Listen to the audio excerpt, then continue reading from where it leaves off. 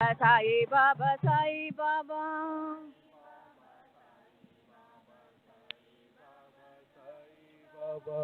श्री सच्चिदानंद सद्गुरु साईनाथ महाराज की जय। सद्गुरु श्री साईनाथ सरत बाबू जी की जय। श्री सच्चिदानंद सद्गुरु साईनाथ महाराज की जय। सद्गुरु श्री साईनाथ सरत बाबू जी की जय। श्री सच्चिदानंद सद्गुरु साईनाथ महाराज की जय।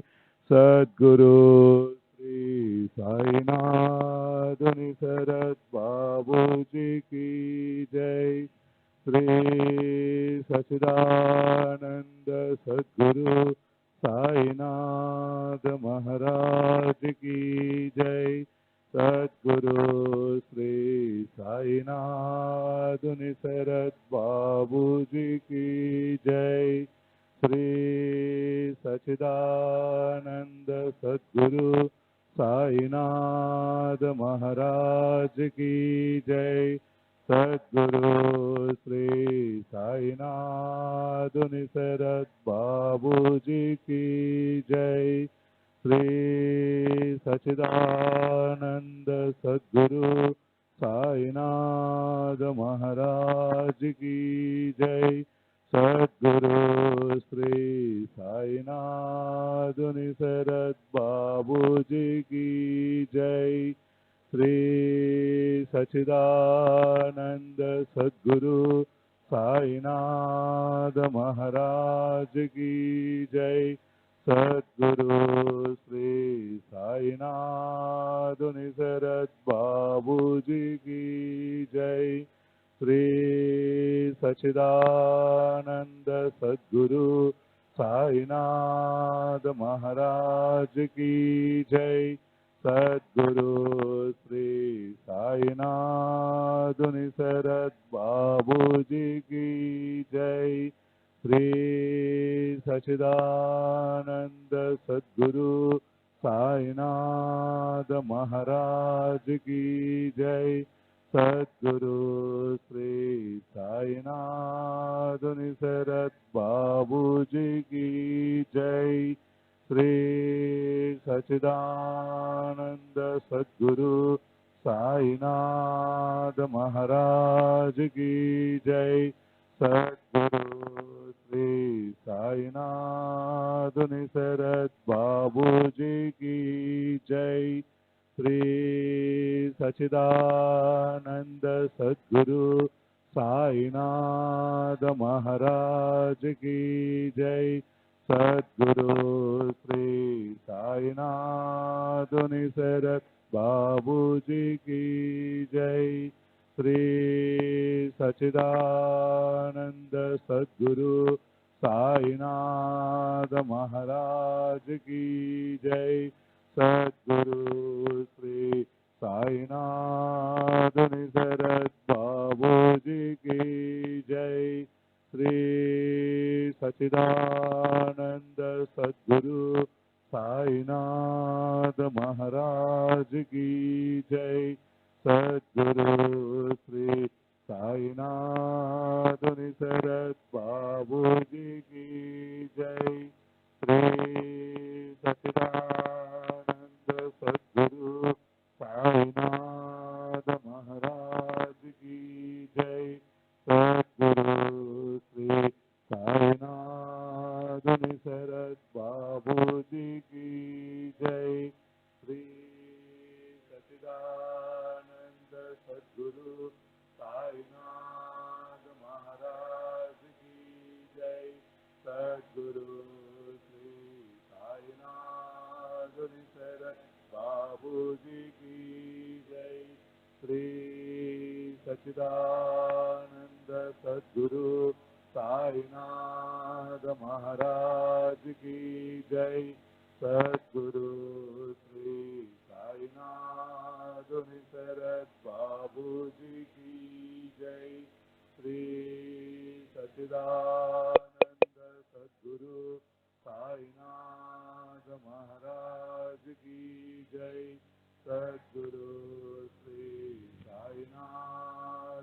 शरद बाबू जी की जय। श्री सच्चिदानंद सद्गुरु साईनाथ महाराज की जय। सद्गुरु श्री साईनाथ शरद बाबू जी की जय। श्री सच्चिदानंद सद्गुरु साईनाथ महाराज की जय। सद्गुरु श्री साईनाथ शरद बाबू जी की जय। श्री सच्चिदानंद सद्गुरु साईनाथ महाराज की जय। सद्गुरु श्री साईनाथ शरद बाबू जी की जय। श्री सच्चिदानंद सद्गुरु साईनाथ महाराज की जय। सद्गुरु श्री साईनाथ शरद बाबू जी की जय। श्री सच्चिदानंद सद्गुरु साईनाथ महाराज की जय। सद्गुरु श्री साईनाथ शरद बाबू जी की जय।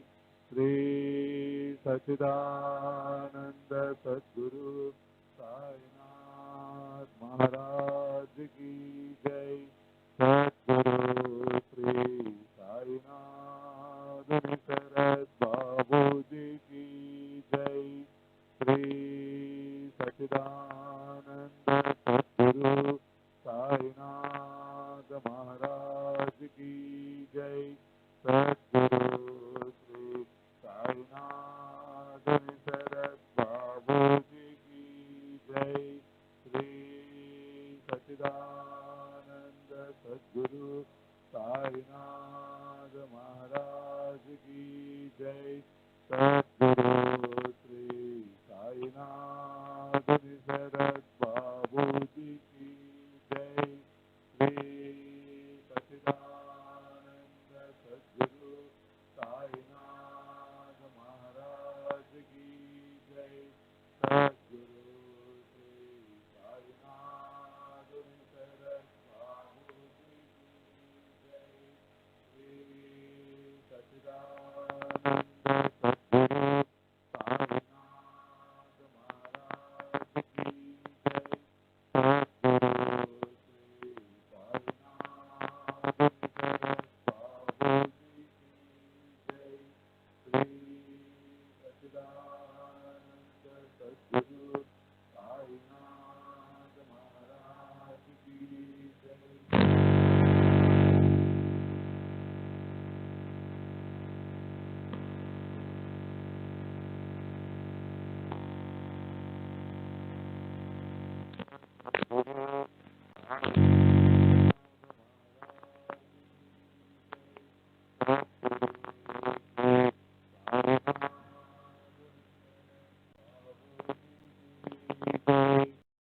श्री सच्चिदानंद सद्गुरु साईनाथ महाराज की जय।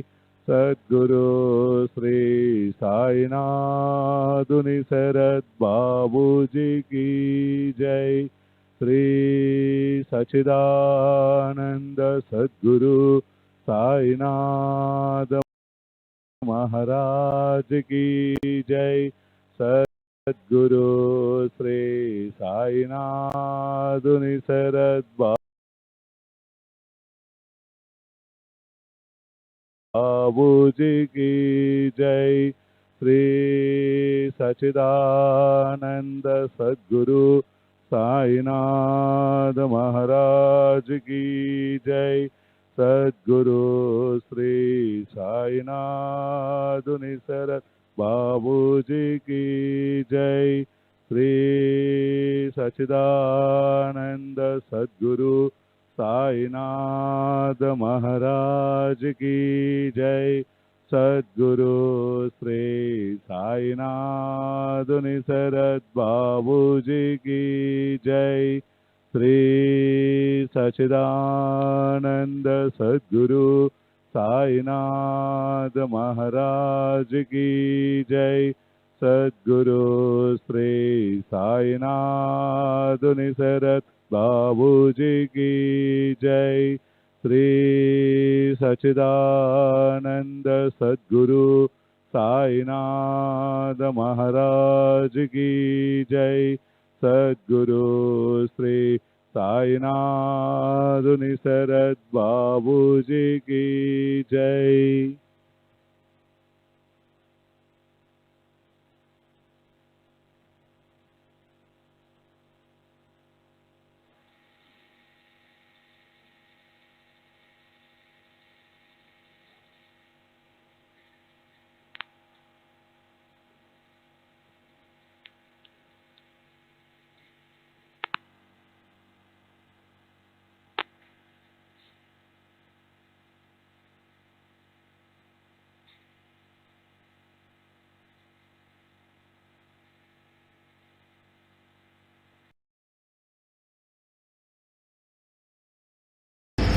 గురుదేవ స్వప్నానుభవాన్ని అందరితో పంచుకోవచ్చు.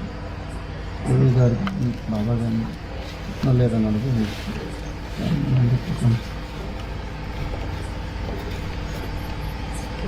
పంచుకోవటం తప్పేం లేదు కదా. అది దాంట్లో వచ్చిన మెసేజ్ ఏదైనా ఉంటే మాత్రం అది మీకే, అందరికీ కాదు. స్వప్నంలో వచ్చి రేపు ఉదయం సత్సంగం పెట్టుకోమన్నారు గురువు గారు అని చెప్పి మీకు వచ్చిందంట. మన అందరినీ పిలిచి నాకు స్వప్నంలో వచ్చి అందరూ పెట్టండి అని చెప్పి ఆ మెసేజ్ మీకు.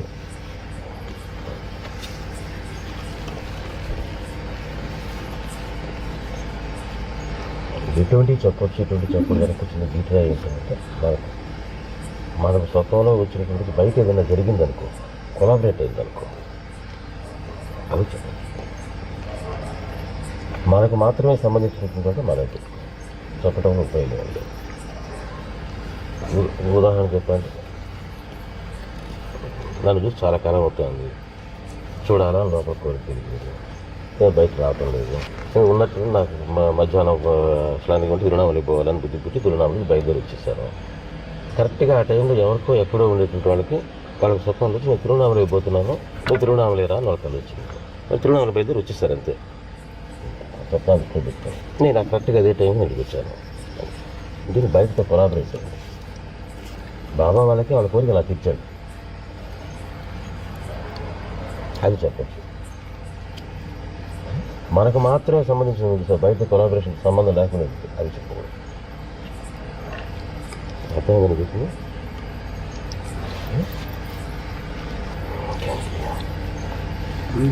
ఒక కోరిక ఉండొచ్చు, కోరికను అవ్వకపోతే బాబా ఇది మన మంచిగా చేశాను, బట్ మనకు నీడ్ అన్నది అది జరగనప్పుడు ఏమనుకోవాలి. ఏదైనా అనుకోవచ్చు. మన ఆ కోరిక వల్లనే బాబాతో మనకు బాబాకు ఉండేటువంటి కనెక్షన్ కోరిక అయినట్లయితే ఈ కోరిక తీరుస్తాడు బాబా అని బాబా దగ్గరికి పోయి ఆ కోరిక తీర్చకపోతే వదిలేసి అంటే అది నీడ్ అయితేనే, డైర్ నీడ్ అయితే ఏం చేస్తాం మనం, అడిగామా ఆయన ఇవ్వలేదు, డైర్ నీడే, నేనేం కాదంటాను, ఆయన ఇవ్వాల ఇచ్చేవాళ్ళు తిరిగిపోతాం, ఏం చేస్తాం. అట్లా కాదు, ఆయన మనకు మంచిదైతే, నిజంగా నీట్ అయితే ఆయన చేస్తాడని నమ్మకం ఉంటే అది వేరే విషయం. అందుకని ఆయన మనకు మంచిది కాదు కనుక చేయలేదు, ఇటువంటి జస్టిఫికేషన్స్ ఏమొద్దు. అది జస్టిఫికేషన్ లాగా ఉండకూడదు, మనసులో ఉండే అవగాహనలాగా రావాలి. జస్టిఫికేషన్ లాగా వస్తే మాత్రం అవసరం లేదు.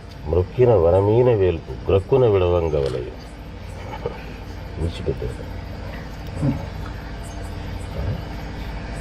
విడిచిపెట్టగలిగితే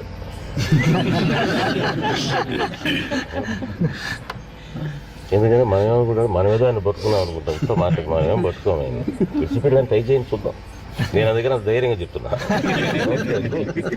మీరు పట్టుకుంటే మీరు విడిచిపెడతారు, మీరు పట్టుకోవాలి, ఆయనే పట్టుకుంది మిమ్మల్ని.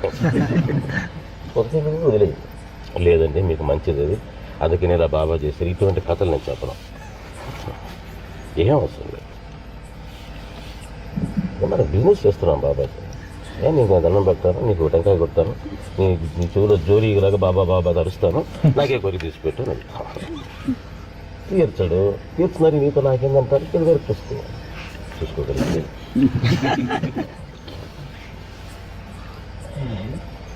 You said calling Baba is your spiritual calling. Do you? I want to know what you mean by calling Baba. Do you mean specifically sitting and calling Baba, or is there a way of calling Baba in our ordinary everyday activities? In what way, in our ordinary everyday activity, calling? What would it mean by calling Baba? Actually, the real calling is the expression of our love, our emotion. If you think of something, so you are very hungry, and when you think of food, that is calling food. You need not say bread, butter, you need not say it, but the mind says bread. It seeks that seeking. Because she asked about Nama, I said calling. It's actually seeking, that loving, the expression of love, that longing. There are so many words for it.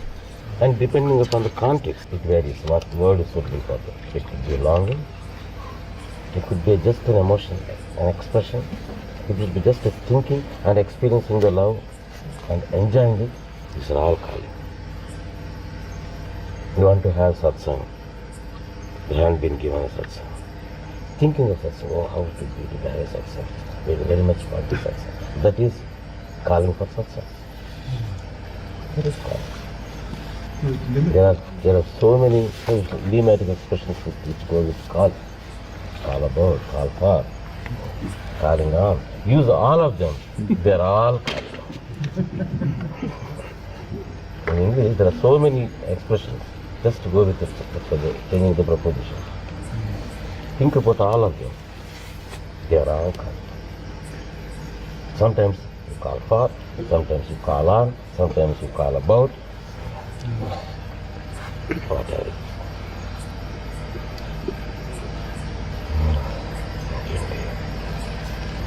It's really limitless possibilities in which one can be involved in that calling. Any expression, whatever it might be, is a calling. Whatever it is, an expression of love. Yes. Whatever expression. Whatever expression of love.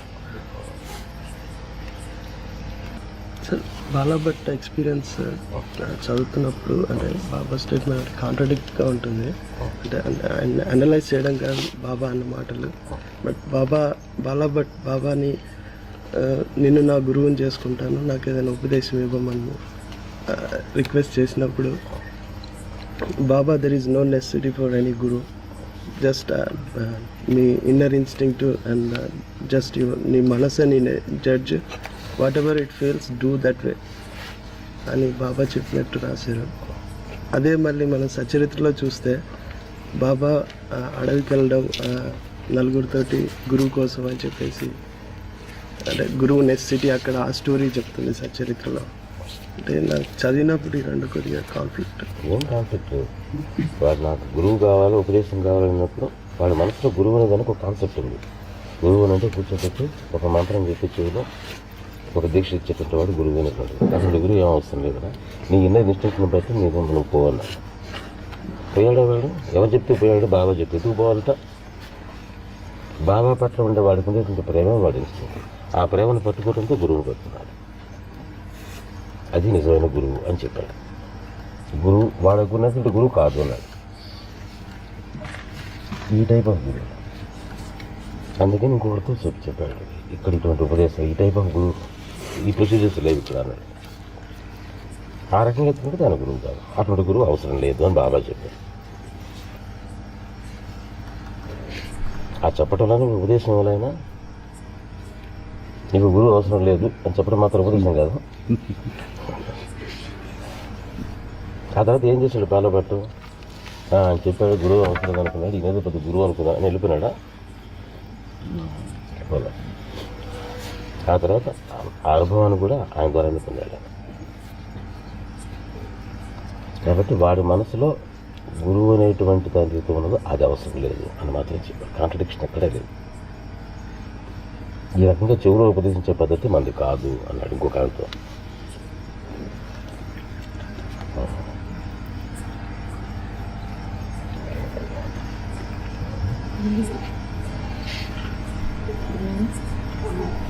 ఏదైనా కోరిక మనకి ఏదైనా ఉన్నప్పుడు అది fulfil అయిన తర్వాత అది complete అయ్యే లోపు దాన్ని ఇంట్రెస్ట్ పెట్టాను. ఆ ఇంట్రెస్ట్ పోయినప్పుడు అంటే ఎంజాయ్ అది బాబా ఇచ్చింది ఎక్స్పీరియన్స్, అంటే బాబా ఫ్యాన్ కోసం ఇచ్చినట్టుగా ఉంటుంది. అది ఎంజాయ్ చేయనప్పుడు అది తప్ప అది, లేకపోతే మనకి అది ఎందుకు అలా జరుగుతుంది? ఇంట్రెస్ట్ ఎందుకు పోతుంది? ఎక్కువ కోరిక అలాగే ఉంటాయి మనకు. అడుగుతూ ఉంటే ఇంకా ఇంట్రెస్ట్ ఉంటాడు. రెండు రోజులు పోతే అయిపోతాయి చాలా వాటి. చిన్నపిల్లలు అడుగుతుంటాను, ఆట వస్తువు కావాలి, బొమ్మ కావాలని అడుగుతుంటారు. ఇచ్చిన దాకా కూడా అడుగుతాం. బాబా మాకు చిన్నపిల్లకాయలు బొమ్మలు ఎందుకుగానే అనుకుంటాడు. ఇవన్నీ చిన్నపిల్లకాయలు కొన్ని ప్రమాదకరమైన వస్తువులు అడిగారు ఇవ్వరు పెద్దవాళ్ళు. అట్లా కొన్ని అడిగినప్పుడు మాత్రం ఇవ్వడం.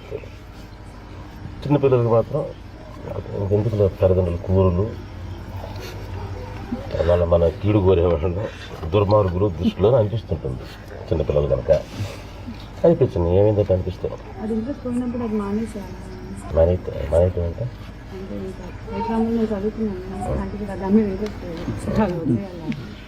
ఎట్లా చేస్తే చదువుతుందాన్ని చూడు, జాబ్ మీద ఇంట్రెస్ట్ కలిగితే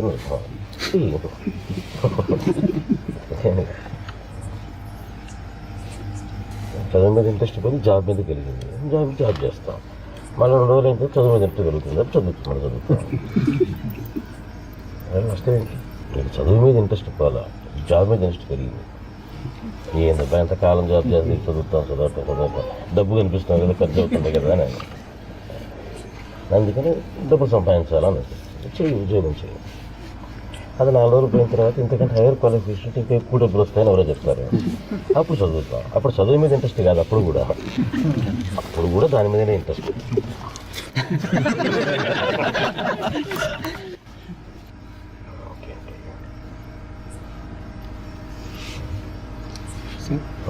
మిలారెట్ చరిత్ర, మిలారెట్ తన గురువు దగ్గర కన్నా తన యొక్క ఆశయంకి ఎక్కువ ఇష్టం అన్నట్లు. ఎందుకంటే గురువు తర్వాత కష్టం బాగా ఎక్కువ వాళ్ళ భార్య సాయంతో వెళ్ళేది. ఇప్పుడు అతను ఒక ఆశయంతో వచ్చాడు కాబట్టి అలా జరుగుతుందా? గురువు పోయింది కదా తర్వాత లాస్ట్లో ఆ మిషన్ మీద వచ్చాడు. అది నేను ఎన్ని ప్రయత్నం చేసినా ఏం కుదరలేదు. ఎందుకంటే టెక్నిక్ వల్ల ఏమి కాదు అని తెలిసింది. టెక్నిక్ ఆ చెప్పిన ఇన్సిడెంట్లో మనం నేర్చుకోవాల్సింది ఏంటంటే ఆయనకి గురువు పట్ల కంటే కూడా ఆయన లక్ష్యం పట్ల ఇంట్రెస్ట్ అనేది కాదు అలా తెలపాల్సింది. టెక్నిక్లో ఏం లేదు. గురుదేవికి పోయాడు, తనకి ఏదో కొన్ని పద్ధతులు నేర్పించమన్నాడు, ప్రాక్టీసెస్. అవి చేస్తే నాకు ఈ శక్తులు వస్తాయి, నాకు ఈ ఫలితం వస్తుంది అని అది ఉద్దేశం. ఆ గురువు ఏమో నేర్పించడం అన్న అంతసేపటికి ఇందుకే అవసరం లేదు లేకపోతే చెప్తున్నాడు. సరే ఆయన శిష్యుడు ఒక ఆయన ఉంటే ఆయన దగ్గర పోయి నేర్చుకోవాలని చెప్పి ఒక లెటర్ ఫోర్జరీ చేసి తీసుకుపోయాడు. ఆయన పాప దాన్ని నమ్మి ఆయనకు అన్నీ నేర్పించాడు. కూర్చొని చేశాడు సాధన, సిన్సియర్గానే చేశాడు. ఫలితం రావటంలా. తను ఇంకా చేయన్నాడు, మళ్ళీ ఫలితం రాలా. ఇంకా చేశాడు, ఫలితం రాలా. అప్పుడు ఆయనకు అనుమానం వచ్చింది, నిజం చెప్పు, నీ నిజంగా గురువుగారు పంపించారని. లేదు, నేను కొంచెం ఫోర్జరీ లెటర్ నీ మొహంలాగా ఉంది, ప్రాక్టీసెస్లో ఏముంటుందిరా, ఆయన అనుగ్రహం ఉంటే ఉంటుంది. కానీ నీకు ఈ ప్రాక్టీస్ చేసినా కూడా నీకు ఫలితం రాలేదని అంటే ఆయన అనుగ్రహం లేదని అర్థం. ప్రాక్టీసెస్లో ఏముంది పోరాడు, దాన్ని తెలుసుకోవాల్సింది అది. అది లేకపోతే ఏం చేసినా ఇంకా బౌద్ధంలో ఒక రకమైనటువంటి తంత్రం అన్నమాట. అది టిబెటన్ బౌద్ధిజం ఎక్కువ ఈ రిచువల్స్ మీద, ఈ చేసే ప్రక్రియల మీద ఎక్కువ స్ట్రెస్ పెడతారు వాళ్ళు. వాళ్ళ దాంట్లోనే ఏం చెప్పారనంటే గురువు యొక్క అనుగ్రహం, దానివల్లనే ఏదైనా ఫలితం ఇస్తున్నాను. ఈయన చేసేటువంటి ఈ దోకాళ్ళ సాధనలు కూడా మిషన్లు మాత్రమేనా అని దాని ద్వారా తెలిసింది మనకు. అది తెలుసుకుని ఏం చేశాడు, కూడా వెనక్కిపోయాడు.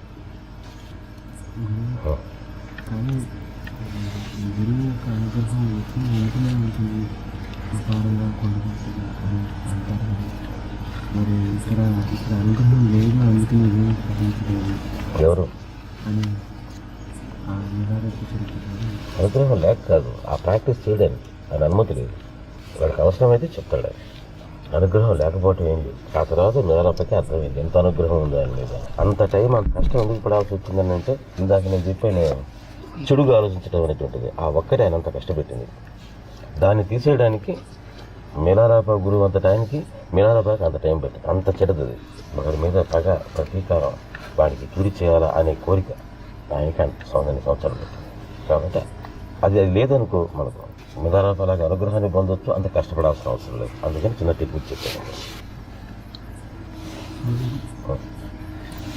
నిత్య జీవితంలో మీ మీద ఆధారపడడం ఏ విధంగా ఆధారపడటం అని అంటే మన సంతోషానికి, మన దుఃఖానికి, మన కోరికలకి, మన సమస్యలకి అన్నిటికీ కూడాను బాబానే ఆయనే చేయాలి. సంతోషం వస్తే ఆయన ఇచ్చింటాడు, దుఃఖం ఇస్తే ఈ సమస్య వచ్చింది, నాకు ఈ దుఃఖం ఉంది, నువ్వే లేదు చాలు మన ఆయన అడగడం, అది ఆధారపడటం. కానీ నిజ జీవితానికి నిజమైనటువంటి బేసిస్ ఏంటి? మన సుఖ దుఃఖాలే. ఈ సుఖ దుఃఖాలకి నిజమైన ఆధారం ఆయనేను, బేస్ ఆయనేను. ఆయన ఆధారం చేసుకునే ఉంటాయి రెండు కూడా. అది నిజంగా ఇది మనకు ఆయన పట్ల ఉండేటువంటి ప్రేమ పెరిగినప్పుడు సుఖంగా ఉండేటువంటి వాటికి మాత్రమే వస్తాము. నువ్వు స్వర్గం ఇచ్చి స్వర్గంలో నీతో పాటు ఉంటే నీతో పాటు ఉంటాను నేను అని ఉండదు. బాబా ఎంత ఇంపార్టెంట్ అవుతాడంటే మన సుఖ దుఃఖాల కంటే మించి నాకు నువ్వు కావాలి. నువ్వు నరకంలో ఉంటే నేను నరకానికి వచ్చి ఉంటాను, నువ్వు ఉన్నదేదో అదే నాకు కావాలి అనేటువంటి ప్రేమ తలస్తుంది. ముందు దుఃఖం వచ్చింది, బాధపడతాం, ఏడుస్తాం, బాబా ఈ దుఃఖాన్ని తీర్చు అని. సంతోషం వచ్చింది, బాబా తీర్చాడు అనుకుంటాం. ఇంకా ఆయన పట్ల ప్రేమ పెంచుకుంటాం. పెంచుకున్న ప్రేమని వ్యక్తం చేయడానికి ప్రయత్నించాం. ఇదే ఆధారపడటం. ఆధారపడటం అంటే మనం అనుకుంటే ఏమీ చేయకుండా కూర్చోవటం అని కాదు. ఏమి చేయకుండా ఏం కూర్చోలేము. మనం చేసేటువంటి ఈ ప్రయత్నం కూడాను ఈ ఆధారపడటంలో ఒక ఎక్స్ప్రెషన్ కిందనే ఉంటుంది. అక్కడి నుంచి ఇప్పుడు దాకా వచ్చారు మరి సత్సంగం వినడానికి. ప్రయత్నం కాదు అది. మనం ఎందుకు పోవాలా, ఇక్కడే కూర్చోండి సత్సంగం వస్తుంది అనుకున్నారా? అక్కడి నుంచి ఇక్కడికి రావటం అనేటువంటి ప్రయత్నమే అయినట్లయితే ఈ ప్రయత్నం మీ యొక్క ప్రేమకు వ్యక్తీకరణే కాదు, శాశ్వతంగా పరీక్షించారు. ఒక రకంగా చూస్తే ప్రయత్నంలాగా ఉండదు. నా పట్ల మీకు ఉండేటువంటి ప్రేమని వ్యక్తీకరించిన రూపంలాగా ఉంది దాని ప్రయత్నం. మిగతా మన ప్రయత్నాలన్నీ కూడా అదే రకంగా ఉంటాయి. అప్పుడు ఈ క్లాష్ పోతుంది. చాలామందికి ఉండేటువంటి సందేహం, మన ప్రయత్నం చేయాలా, మనం ఎందుకు చేయాలి, అంతా బాబాని గారు నడిపించేటువంటిది, అంతనే బాబాని గారు చేస్తున్నాడు. ఈ మెట్ట వేదాంతంతో స్టార్ట్ చేస్తారు. ఈ మెట్ట వేదాంతానికి చోట్లేదు.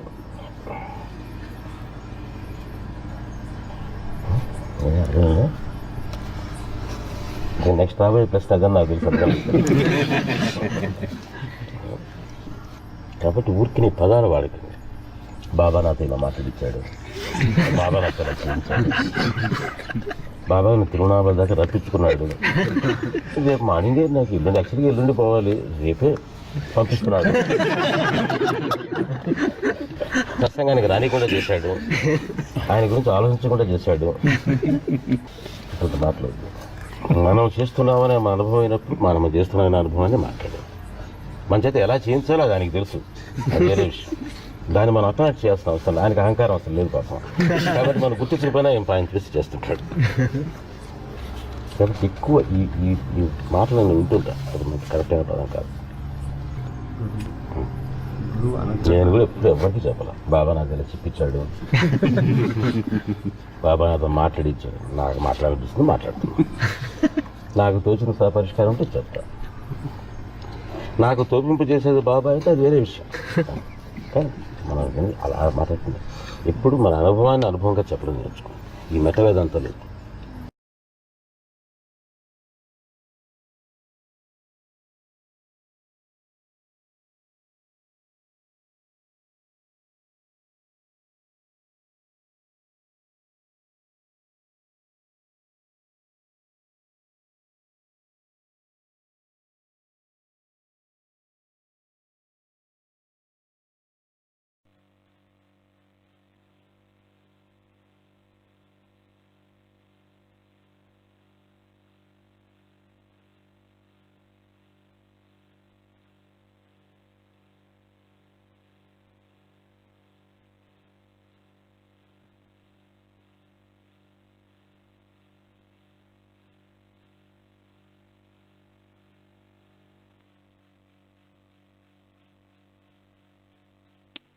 श्री सच्चिदानंद सद्गुरु साईनाथ महाराज की जय।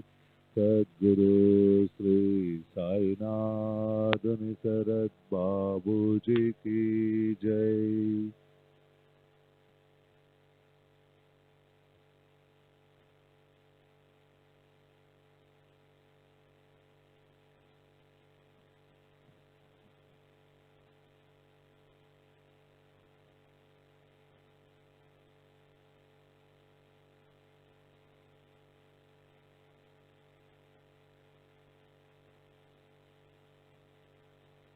श्री सच्चिदानंद सद्गुरु साईनाथ महाराज की जय। सद्गुरु श्री साईनाथ निसरत बाबू जी की जय। श्री सच्चिदानंद सद्गुरु साईनाथ महाराज की जय। सद्गुरु श्री साईनाथ निसरत बाबू जी की जय। श्री सच्चिदानंद सद्गुरु साईनाथ महाराज की जय। सद्गुरु श्री साईनाथ निसरत बाबू जी की जय।